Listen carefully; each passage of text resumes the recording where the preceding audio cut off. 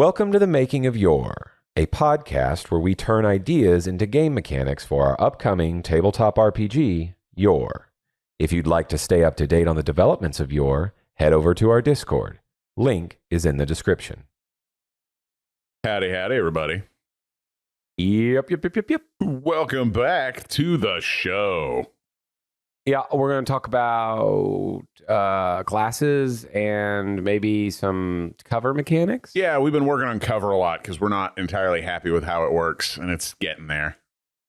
Yeah, as we've reached the end of most of the core stuff that we had to build for Tier 2, we're re-looking over mechanics and rebuilding them, fleshing them out. Finding mechanics that were clearly temporary placeholders. We just didn't know it yet. Yeah. And Take Cover has probably had like 3 or 4 iterations. Yeah. Be it in how cover itself worked, or maybe how you entered it, or that it also meant you were hiding. Yeah, it covers how you hide now. Yeah, so we kept changing stuff, but Clayton had an idea here recently of it not having HP. Yeah, we do it like a 40k invuln save where you get it on like a X up, like a tier 2 cover is a 2 up, and a tier 3 cover is a 3 up. Yeah. So, and you had said we thought the attacker would be the one to make the roll. I think so, because he'll have a D6 on hand. And so will he in hand? Will he be rolling then to hit? Like should it be said that if you roll above a certain number, or is it below a certain number to hit? Well, I think everything else is like skill checks you want to roll low for. Yeah. So if it's but damage you want to roll high for, of course. Yeah. Most of our non D20 rolls you want to roll high on. Yeah. So tier 4 cover is the best you're going to get. So because in tier 1 you would roll a 2 or above. Yeah. That's not very good. The hypothetical tier 6 cover, you'd have to roll a 6 to hit. Yeah, I don't think we have anything that high.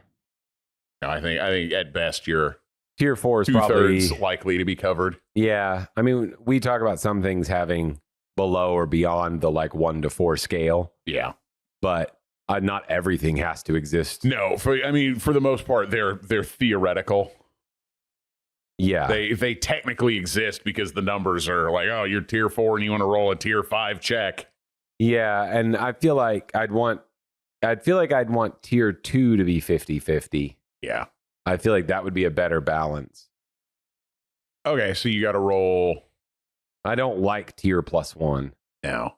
That feels weird too, even if the numbers would work out okay. Yeah. How do we get that number to be right without it being some stupid convoluted algorithm? All right, you roll double the tier number plus your damage modifier. You roll a 2 and then you take the lower. I mean, cover's mostly just valuable against ranged anyway. Yeah. So maybe it's you have to roll above it. What if the tier of the cover has nothing to do with the roll and has everything to do with the number of people who can hide behind it? Oh, well, I mean, that's basically the same thing, isn't it? Well, no, I'm saying like we could either a material property, either material or something else affects the difficulty of the roll, or you just standardize it at 50-50, which I don't want to do necessarily either. Yeah. But the point is we could attach the tier doesn't have a direct attachment to the invul save. The tier has an attachment to how many people can hide. Okay. Because then tier 1 would be 1 person. Tier 0 would be 1, like we talked about, except for it doesn't protect you from damage. Yeah, you shoot right through it. You don't have to make the save. It's just to hide. Yeah. And then tier 2 can hide 2 people, but maybe then like you have we could do a few generic materials like metal, wood, stone, metal, earth, wood, like a few basic generalized material concepts. And that determines so a wood is a 4, metal is a 6. Yeah, something like that. If you're hiding behind a particularly durable material. Okay, yeah, I like that. Where the material determines the save, and then the tier of the cover determines how many people can hide behind it. Yeah. Because I don't think we have to come up with that many materials. No, because we don't need to come up with every material that exists. Less than 10. We just have to generalize what are the types of materials that might be used for cover, like metal, wood, earth. Yeah. Glass. Yeah, these are super easy. Yeah. And from that, a DM, I think, can extrapolate which one it is. We just have like tiers of materials. Like we group them into tiers. Yeah, we could. Like, I'm thinking like, stone is like a tier 2 material. Wood is a tier 1 material. And then we can have superlative variants of those. Like ironwood is a tier 2 material. Okay. Yeah, I think we could do that. I think that might take a while to build, but we could start with that idea in mind. Yeah.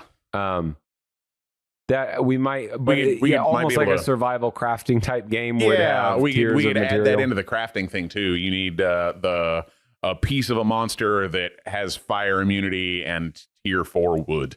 Yeah, if you want to make like banded wood, you have to have someone with the blacksmithing profession. Yep. To turn the wood into a banded iron, whatever. Yeah, something like that. That could be more into our crafting stuff. Yeah. Well, easy to ignore if you don't like it, but yeah. I think we can. I kind of want to. I would say that's probably like back burner rules. Oh yeah, this is after we get tier 2 finished done. But I will write at least in working concepts that material tiers. Yeah. For how cover will work. But like, just the more I think about it, the more I think, multiple HP pools for cover is not the way to do it. Too much. It's added tracking to the DM. That's more tracking the DM has to do for basically. I want there to be some bookkeepy stuff for the DM, not because I want bookkeepy stuff, but there are certain really cool things that require bookkeepy stuff. Yes. And this is just not important enough to have that. Yeah. It's very, very niche. It doesn't need more work than anything else that happens in combat. Okay, so I got material tiers in there. So cover is just going to be, the tier is the number of creatures they can hide. A large creature requires 2 tiers, essentially. So he can't hide behind a tier 1 or tier 0 cover. Yeah. And he'll take up essentially 2 slots. If anything, each tier represents a slot. Yes. If you will. Of people who can hide behind it. And if you're large, you take up 2 slots. Yes. And so the tier of cover can theoretically be substantially higher. Yeah. It could be well beyond 5 or 6. Yeah. You could have a gigantic wall or something that 20, 30 guys can hide behind. Yeah. Well, I imagine is it's after you get past 4, you have 2 pieces of cover that are 4. Oh. Is like a castle wall is like 16 pieces of tier 4 cover. Sure. That works for me too. They're separate entities. Yeah. You could have your theoretical tier 16 cover if you wanted, but... No, I agree with you. I think that is better because that will translate better to the idea of if you destroyed a wall, you don't destroy the entire wall at one time. You destroy one section of it. Yeah. A catapult doesn't knock down the whole wall. Yes. Okay, I wrote some quick and dirty rules for cover now. Cool. Since we're doing cover this way... Yeah.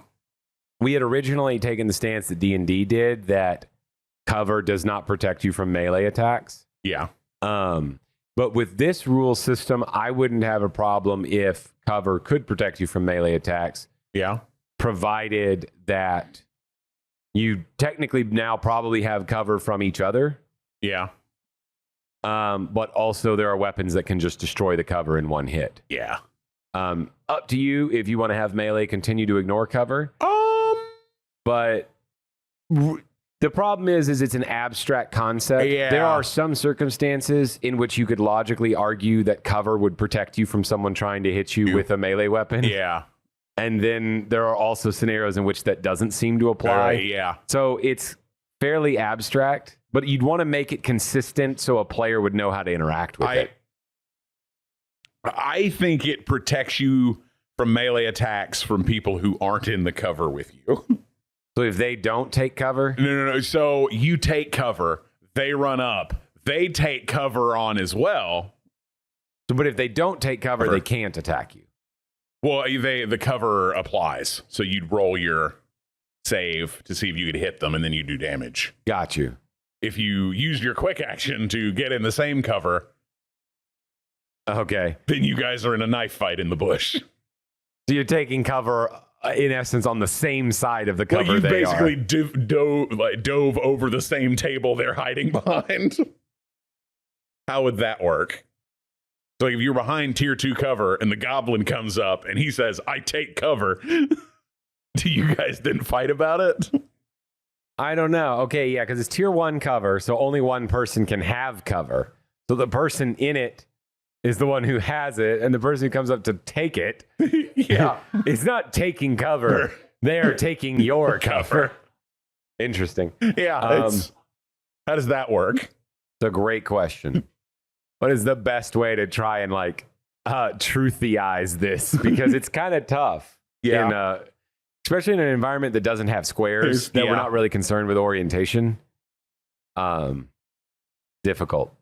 It's an athletics check. Oh, an athletics check to push someone out of cover? Yeah, it's just an athletics check. The same way we do opposed rolls. Both succeed, both fail. You both get ejected from cover. Okay. I actually really like this. So they have the cover unless you are basically first trying to get them out of the cover. Yes. In which case you can do that. And you do that by contesting the cover. Yeah. Contesting the cover. I like this. Yeah. I kind of thought it was stupid, but I like it. Wrestling him out. And I like it. Well, because that's what I would do if I go up and I'm learning to play this game and I'm like, all right, I try and hit him. All right, well, he's behind cover, so you got to roll a d6 and then get better than a 3. I'm like, oh, well, can I just get in there and wrestle him? Does that have a d6 roll? Can I the quick action cover and then fight him for it? Yes, you can. Yeah, you can. It's a contested athletics check. Yeah, I think that's pretty simple. Okay. It'll be fun when Twerkin gets thrown out of cover. He's going to make his little air conditioner locker to hide in. And Co-Rule's going to be like, oh, I want that cover.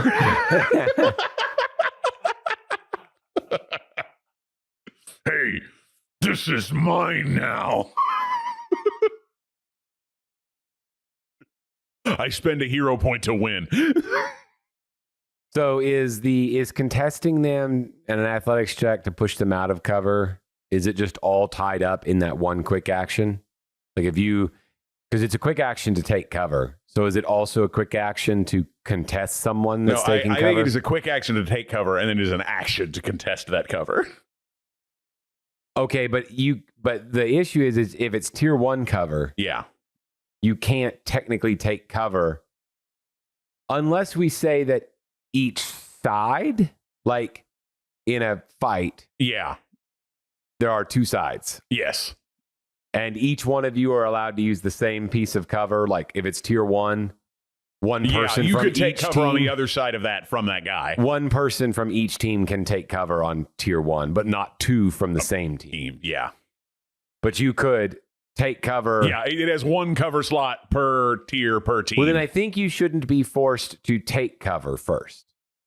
I think you are agreed. You could. You can choose when you run up to them, you could quick action take cover, and you gain the benefits of cover just like they do, but from the other side. Yeah.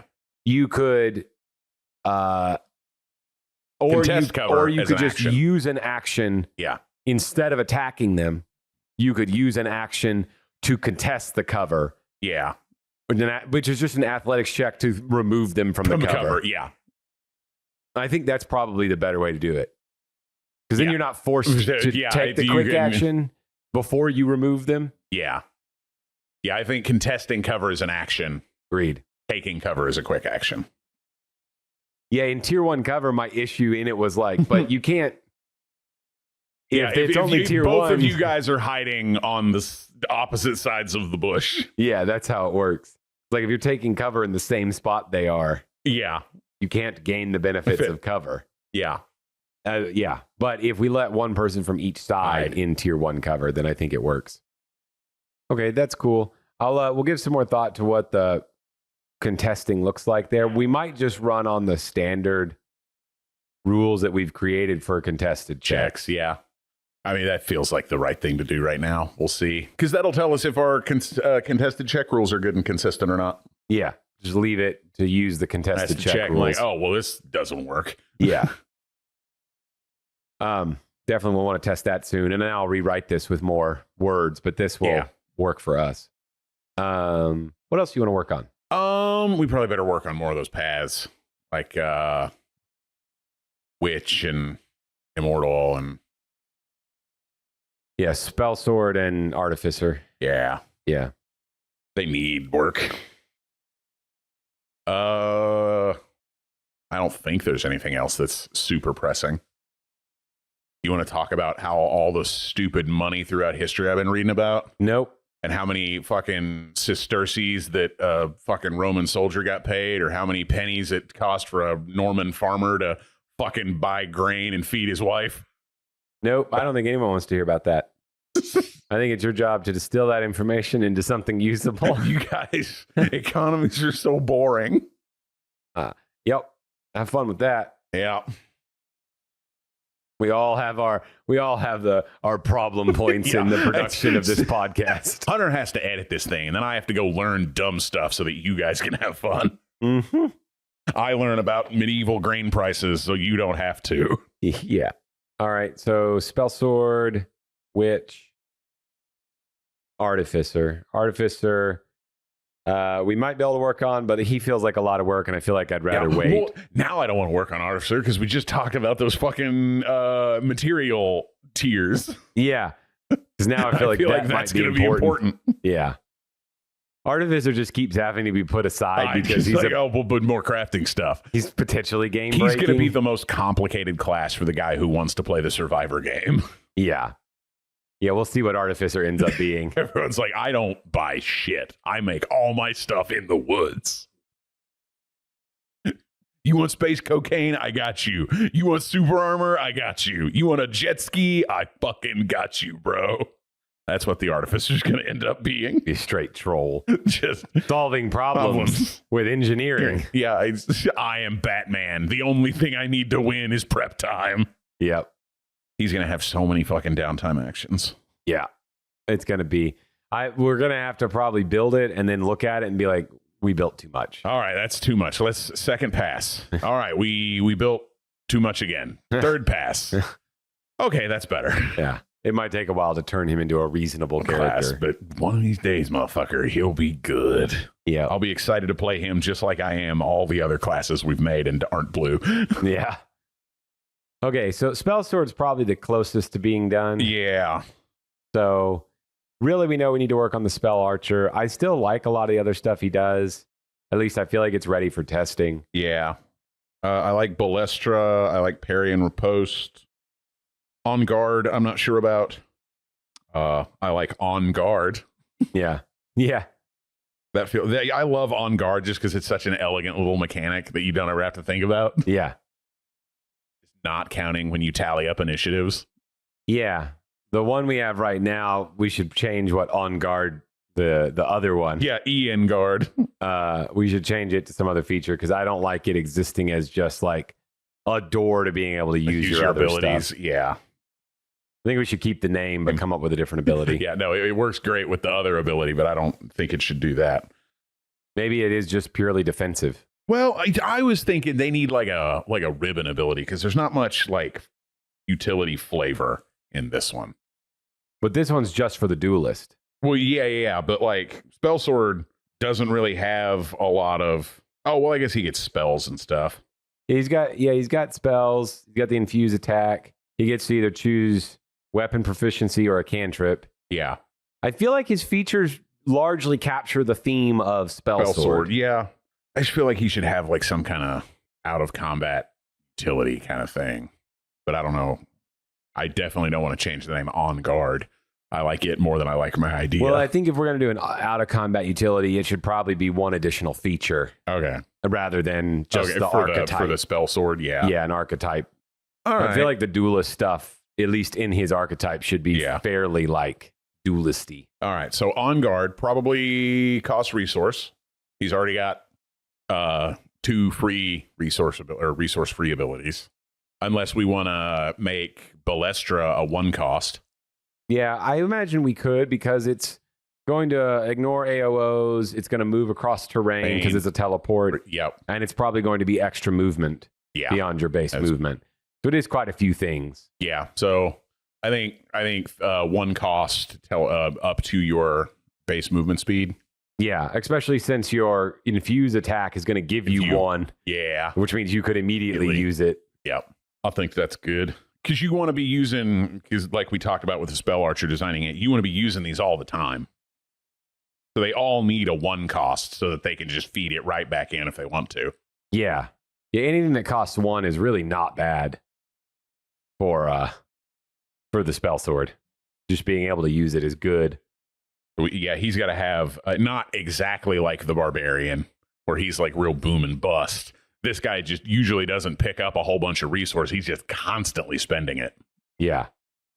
And the parry and riposte and saving up to 2 is like, there's a big guy with a big attack, and you're like, I'm going to hold on to this because it's more valuable to ignore one whole attack. Yeah, I will ignore the attack, save the hit points I would have lost, and whack him. Yeah. 1 potency, and then on guard. On guard could be, maybe it's like when he's wielding either a weapon in both hands or a 2-handed weapon. Yeah. He gets 1 DR. I don't know. Yeah, well, because on guard is like... No. Because duelist is duelist. It should be that if he's wielding a 1-handed weapon and has a free hand, he gets 1 DR. Okay. The inverse of the way we buffed the soldier. Yeah. Like, and D&D does it too, where you have that fighting style. Yeah, where one-handed fighting or whatever. Yeah, that's more damage. Yeah. But this would be like, because the duelist is like, oh, well, when he's got a 1-handed weapon in one hand, he's particularly good at defending himself with a free hand. He gets 1 DR when wielding a 1-handed weapon in one hand. I like that. And has a free hand. Yeah. Which he'll need because he has spells. Yes. Yeah, when wielding a weapon in one hand and nothing in your other hand, you gain 1 DR. Yep. Not ribbony, but I feel like it does capture duelist. Yeah. Like that a little bit extra HP for the guy who's really going to be in there. Well, and the guy who wants an open hand for spell casting, but normally you'd say, well, I'm losing out on stats by not taking a shield or... Yeah, well, also, he's the only one who's going to be in melee. That really has to be. Because Sanguine Blade and Spell Archer have a range to them. Yes. And so this is not punishing him for needing a hand open for spell casting. Yeah, I dig it. It's basic, super easy. Mm-hmm. And if he comes off a fighter where he's got armor proficiency, he's actually going to be pretty darn tanky. Mm-hmm. He's going to actually be about as tanky as the Juggernaut. Now, he doesn't have as much HP, and he doesn't have the CC capabilities. But if you want to play a tank and spank spell archer, or a spell sword, then like this is actually like tanky spellcaster. Yeah, which I like. He's using skill to not get hit. Yeah, just exceptional ability with the sword. That's cool. I'm just good, bro. Yeah, get better. All right, spell archer. Although I've been watching. Along with all the historical research I've done, I've been watching a lot of like fights between like people in medieval gear, like full plate armor versus a swordmaster. Holy shit, that fight is fucking brutal. Like a guy without armor who's good at sword fighting versus a guy who's in full armor trying to kill him. It's unreal. Like watching this dude walking through the forest get absolutely pelted with full force javelin throws. Like, plate armor is no joke. We did not undersell how good it has to have, like, 4 DR as a Juggernaut. Yeah. I mean, that was the objective. Well, like, he is exactly as tanky as a medieval knight would be implied to be. Yeah. Sweet. It was good to hear. Yeah, we're truthy. That's what we're looking for. Mm-hmm. All right, so I got 5 archer spells off the bat. We got fire, ice, lightning, acid, and wood. So yeah, just go for the wood. Yeah, well, like the 4 elements in our cantrips plus the nature vine arrow.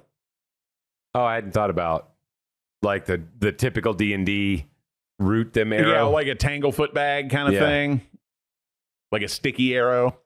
Yeah. It'd be like, yeah, because our Earth guy, our Earth elemental just does physical damage. Yeah, he just beats up. Yeah. But yeah, this could be like a druidic arrow. Yeah. But yeah, Earth. Like you hit somebody with a sticky grenade. Yeah. Well, and we have, I guess, yeah, we just rely on essentially the elements that we have created so far as the primary inspiration. We got the 4 cantrip elements and then plus nature. Water and earth are the other ones I think we've made. Yeah. Beyond the damage ones. Yeah, and I don't know that what's water going to do? That's just cold. Yeah. Oh, he's wet. You got an arrow that applies the damp condition. The damp condition. Yep. You hit him with a water balloon arrow. Yeah. You got these arrows that cost resource and these arrows that are free. So what do you think mechanically these should do? Damage conversion and an effect, or? I think they ought to apply. Oh, well, actually, infuse attack allows you to choose the elemental. Yes. So it'll be fire, frost, lightning, and acid. Yeah, when you infuse it'll be 1 point. It basically is a net 0, and I think it just applies the appropriate status. Agreed. And then the last one, the earth one, may not be 1 point because it's going to be like maybe a CC and something else. Yeah, probably something like that. It's probably 2 points or fire. Yeah. Man, I do love how like the burning status just ramps with itself. What is our cold status? I think it's deal minimal damage. Do you remember what it's called? Is it just cold? Oh, let me look. I think you're right. I think it might be chilled. Brittle is different. Yeah, chilled is, I believe, right. Yeah, chilled. You are correct. What's the acid status? Brittle? Yeah, it's +3 physical damage. Okay. I like that. Because that's a good one to set up for your allies. Yeah. Wow, he's gonna be a dangerous character. He's combo man. Yeah. As he should be. Yep. Okay. So this earth one. How do we think it should work? Did it maybe not key off of infuse attack? Or do you think it does? Because the rest of them are going to key off of infusing with an elemental. Yeah. And we don't really have an earth damage type. Yeah. That's just physical.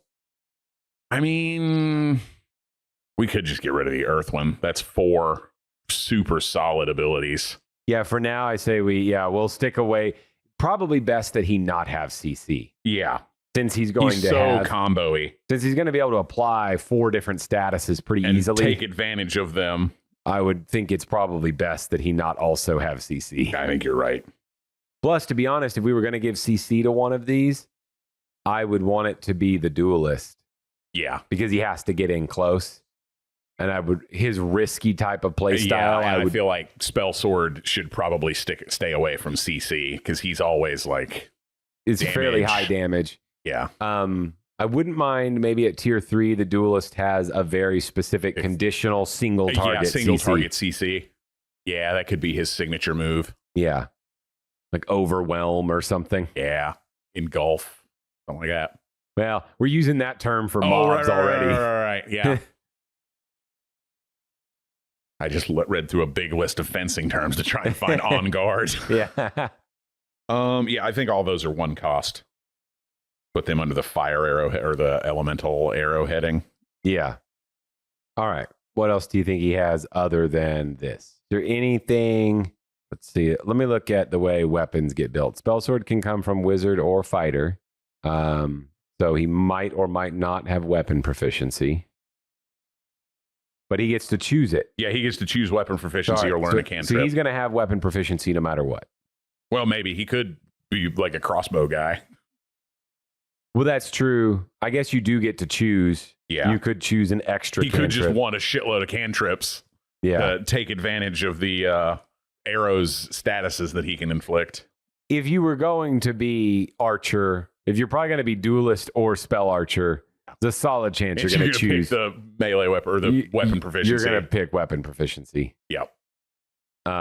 If you were coming from mage, because you already got 2 cantrips. Yep. I actually suspect that weapon proficiency will almost always be chosen by the wizard. Weird. And the soldier obviously is always already got it. So he just gets a cantrip. We might end up writing it that way. I think the other one that gets that, we just wrote it as if you came from this side, you get this. Scholar, I think. Whichever one that, like, if you came from expert, you'd already have finesse proficiency. And so, yeah, and so they had scroll casting or whatever. Yeah, something like that. I think it's an either or. But I like this one as like you get to pick. Because depending on your build, it could. Yeah, you could theoretically be a wizard who doesn't want weapon proficiency. Yeah. I imagine Sanguine Blade. Possibly. Yeah, the spell archer is basically always going to take weapon proficiency because they are going to want, obviously they want it to be, they would need a projectile weapon, but they also need a weapon that isn't simple because they want the other point to probably be spent on casting focus. Yeah, something like that. And so they're pretty much always going to want weapon proficiency so that they can cast while wielding the bow. Yeah. What's a cool ribbon feature? Honest to God, the only thing I can think of is that teleporting arrow from Shadow of Mordor. I love that. Yeah. That's in Baldur's Gate too, sort of. It's an individual arrow. Oh, is it? But you can teleport with an arrow. Oh, man. I don't know. Like a 3-cost teleport to the person you shot at. There's actually a really funny video of, I think it's Matt Mercer. Oh, yeah? Playing Baldur's Gate and using the teleport arrow to like skip a whole bunch of the game. Get somewhere he's not supposed to. Yeah. Oh, yeah, that's that one where he makes that enormous skyscraper of boxes. Yes, and then teleports like into Baldur's Gate. Yeah. Boop. Duelist has a teleport already. Yeah, it steps on his toes. What about a disappearing arrow? Like a smoke bomb kind of thing? Well, I don't know. That feels also like something we'd want on the criminals or something. Yeah, maybe not him. I think this character is going to do a ton of damage, so I'm hesitant to give them too much extra tankiness. Yeah, because I think when we put this into practice, this character is going to be quite strong. He needs like universally good. Yeah. Ooh, what about a grappling hook arrow? That could be pretty cool. But isn't that also something that I feel like anyone with a bow in one sense should be able to attempt to like shoot an arrow with a rope? Well, yeah, but I'm imagining he's got like, he knows how to make a special arrow with a little magic cord that he can like zip line to. Like Batman's got the grappling hook. Okay. I don't dislike that. That could be it. What else weird utility would make sense from an arrow? There's that M1000 overclock from DRG. Oh, they're like when you focus, you stop, you hover in the air for a second. Yeah, that works really well in real time. A little harder in turn based. Yeah. What about like a sleep dart type thing, like a sleep arrow, prank dart, prank arrow? Feels like it shouldn't be. Feels like it's not well because he's elemental, alchemical focused. So yeah. I'm trying because we've got the 4 elements there for him to mess with. So I'm trying to think of like some super archery. Mm-hmm. Well, technically, though, we still have like sort of, we know we'll have earth, water, and wind as concepts. Yeah. That will probably have elementals at some point. We have an earth elemental. Yeah. We have a water elemental, wind elemental. Yeah. We'll stuff probably like end up getting an air or something type of elemental. It's just, less easy to make that. I know. Or weaponize it. Both of the spells that we've made and theorized for earth and water don't fit well into an archer. A drowning arrow. I don't want any utility that feels too physical. Yeah. Because it's really spell archer. So it needs to really feel magical. Play style is going to be shoot them damn arrows. Probably take zoning spells. Yeah. Things that would protect him or control an area. Yeah, I think actually, I'm starting to think that whatever it is very ribbon, and it's not something that costs anything. Because he's got 4 ways to spend here. Yeah, because the only thing I've got right now is like he can see real far. He's got like 2010 vision. Got glasses. Yeah, he's got glasses, but doesn't have to wear them. Yeah, let's just come back to it. Cool. He's got a lot of ways to spin. Yeah, if he doesn't have a ribbon ability, I'm not butthurt about it. He's fucking got shit to do. Yeah, he's got 5 ways to spend his shit. That feels like enough. Spend your shit, brother. Oh, all right. So is it cooler if he has like a sword that like floats around? So that was originally the idea, was that in my head was that it was a weapon that floated around. Yeah. I don't know. It's probably stronger, but you then are managing another unit, which is not a problem. We have a lot of other creatures that manage to. Yeah. The thing is, with the Sanguine Blade, it would seem to me that the other thing you're managing, the character you're managing, is like probably doesn't have HP. Yeah. It's a blade made of blood. So it's not really a character. I guess we could give it HP and it could be destroyed, but of course you could just reform it. Yeah. But I think that it would have to not have like a 1-to-1 scaling for the amounts you sacrifice. Yeah. It would have to have a substantially like a 2-to-1 scaling, honestly, or 3-to-1. It's like 1 HP, and if somebody hits it, it returns to you. Well, sure, but I meant the idea that you can sacrifice some of your HP to make it stronger. I imagined it did more stuff the more HP you sacrificed. Yes, but I would think you'd want to, if it could be killed, and I think it would need to be able to be like killed, quote unquote. I wouldn't want it to be invincible. Mm-hmm. I would think that sacrificing that HP would make it tankier too. So one of the things you could sacrifice for like 5 HP, you could give it immunity of physical. Something. Yeah. It's only got 1 HP, but you got to hit it with a spell or something to get rid of it. Sure, that'd be fine. Something to make it tankier if you sacrifice HP. Yeah. So basically what we're saying is this weapon could have a variety of properties that don't cost anything. They're just, did you sacrifice the HP for it to have that property? Yes. For like the, what we were going to do for the Royal Spirit Guardian thing. Yeah. So, all right.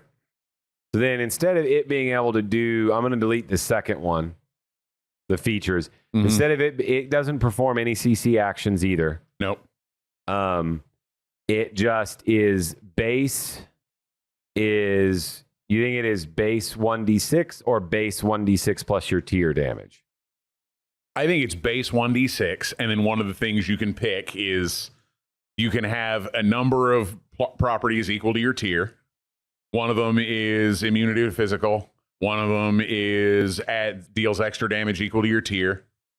Another one is flying weapon. What do you mean? What's that? So one? like your tier 2, you pick extra damage and flying, and you play with the arrow from Guardians of the Galaxy. Oh, I assumed it always flew as well because it's being wielded not by you, but you're saying you could wield it by giving it bonuses, or it could be an independent. Yeah. So is it going to use if you gave it flying, does it use your action to attack with it, or does it use its own action? I think it's got to use your action. Okay. Right? I guess that kind of calls into question how all the other pet class creatures might work. Don't. Like, will the ranger's pet or the druid's pet or the boss's crew, they're all going to use their own actions, aren't they? Yeah, I guess they are. So this thing could have its own. And I mean, the benefits you're granting it are coming with a big negative that is you're losing max HP. Yeah, so it could be. You're probably going to want to keep your distance regardless as this character. Yeah. Yeah, I guess we can just come up with stuff we think would be cool to have on the thing right now and then refine for effect later. Really, really tune to the vibe we want. Okay, I don't know. We'll have to probably theme talk about it a little bit, but I threw down a couple of features. All right, cool. Whether or not the weapon can fly around, I don't know. I like your idea. I think flying around should be the default, and then maybe there's a really cool bonus for melee wielding it. Okay. I'm okay with that. I gave it a few things though, because if it has if you can wield it in your hand, or if you're wielding it in your hand, I don't feel like it should have HP. Like if you're wielding it in your hand, maybe that's what wielding it in the hand does. It can't be destroyed. Okay, it doesn't have HP. Yeah. And it could be that if it dies it maybe keeps its property, but just it must now be wielded in your hand, or it returns to your hand. I just imagined it's like a quick action to resummon it or something. Okay. Cost-you action economy, but that's fine. That's cool too. I like that solution. Yeah. And it keeps its properties because your max HP is still sacrificed. Yes. But I wrote down 1, immunity physical. Yep. 5 HP. Extra damage equal to your tier.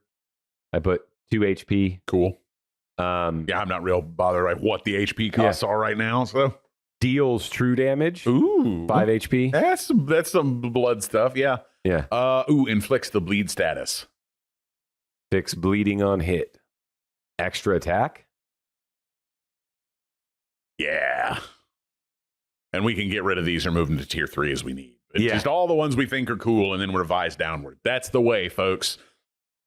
Just make a big list of all the things you think might be cool and then get rid of the stuff that turns out isn't cool. Yeah. Inflicts bleeding on hit, 3 HP. Extra attack, 5 HP. Yep. Anything else that it ought to be able to do? Do we want to limit it to a number of features equal to your tier, or just limit it because of HP costs?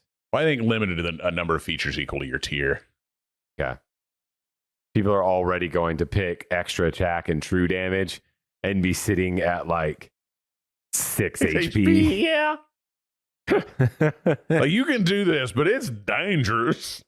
You're real squishy. How come you keep running through these fucking sanguine blades? Well, there's no law that says I can't be a character with 1 million twin brothers. Yeah. And I like this play style. I like hiding while I have a weapon that does 1d6. You say it like I'm not a gnome. I get buried up in my little gnome hole, and then my magic blood dagger goes and shanks people in the butthole. Yeah, actually, you might be better off with, instead of the true damage, is you get extra damage equal to your tier, inflicts bleeding on hit, and extra attack. Yeah. And now you have like a 1d6 plus 2 weapon that is inflicting bleeding and swinging twice. Yeah. This could be cool. That's like as scary as a soldier. Sure. Yeah. You just gotta hide. I think that's pretty good. Mm-hmm. I think so. All right. Well, we'll see y'all later. Catch y'all on the flip side.